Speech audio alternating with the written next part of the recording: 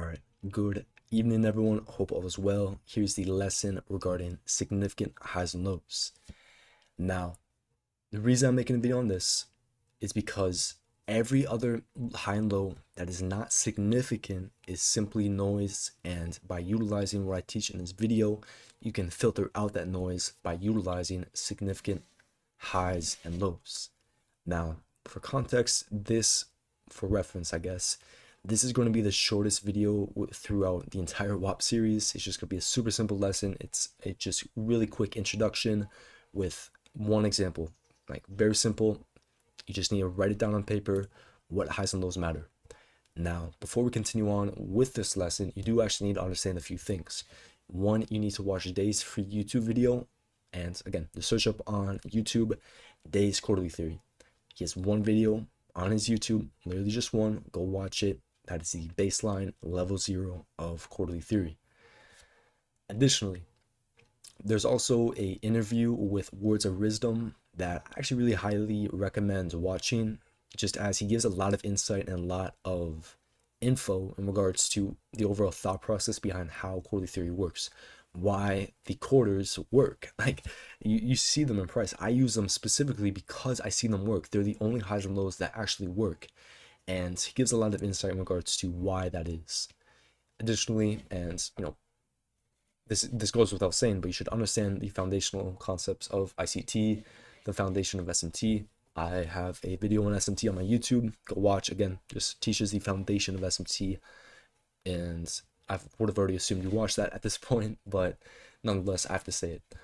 Fourth is watch Halo's time frame alignment video. That is the very first lesson on the WAP, and I'm expecting you to have already watched it, but if you have not, very, very crucial for you to go and watch that.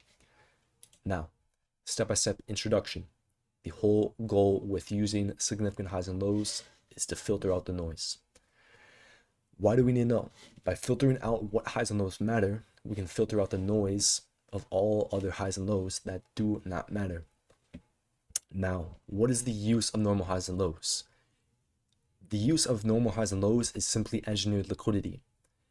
Non-significant highs and lows that have SMT attached to it, specifically SMT attached to it, that are not significant, they're just regular SMT, that is engineered liquidity and can be used as a strong drawn liquidity.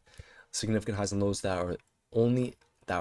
significant highs and lows are the only highs and lows that we target in terms of a drawn liquidity.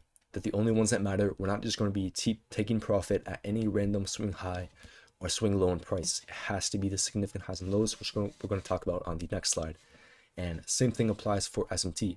The same way we use a drawn liquidity, or the same way we use a significant high and low for a drawn liquidity, is the same thing with SMT. The only SMTs that matter are going to be the ones that are with a significant high and low. Everything else is simply noise and simply engineered liquidity. So, what are the significant highs and lows? Everything I've listed here.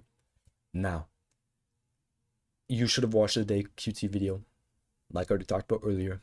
You should understand what cycle means, what quarterly, monthly, weekly, daily. You should understand what all that means.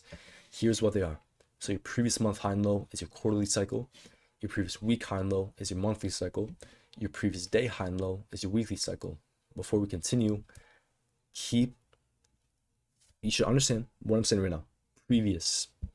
I didn't say 2 previouses ago. I didn't say 7 previouses ago. I said previous. And when I say that, I essentially mean this. Let's look at price right here. You can utilize the day quarterly theory cycles, this indicator right here. You can see weekly cycle, daily cycle, 90-minute micro. Those are the ones that I mainly pay attention to. Monthly quarters, yearly quarters. It just adds extra noise on my chart. I like to keep it aesthetic. I can very clearly identify monthly cycle, sequential SMT, and yearly cycle very clearly on a higher time frame. I just focus on these 4. Now, when we say previous, like I just talked about, same thing when I say previous power 3, same thing is for previous quarter. Now, let us imagine we're going into right here. We're going into Q4, or I guess Q3, my bad. So each quarter represents, well, each box here represents a quarter. we have Q1 here, that's split up into 4 quarters. We have Q2 here, same thing again, split up into 4 quarters. These quarters right here, these large ones at the bottom, since we're on the 1 hour time frame, those ones are the weekly cycle quarters. As we can see, let's go back there. As we can see here, previous day high and low is your weekly cycle. So this low right here is your previous day low, your previous weekly cycle low. Any other swing low within price right here, let's just go down the time frame again. Any other swing low down here, this low does not matter, this low does not matter, this low does not matter. It is specifically the low of that quarter. It is not any random swing low within that quarter. It is the lowest point of that quarter. That's the most crucial aspect to understand. It's not what low you think it is, it's what low it actually is, and that is the lowest point of that quarter. So the only low, again, higher time frame here, very clearly bullish. So we want to see a significant bullish SMT form.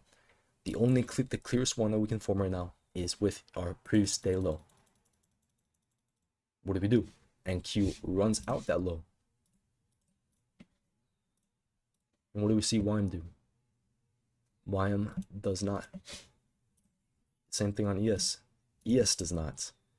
So what does that form?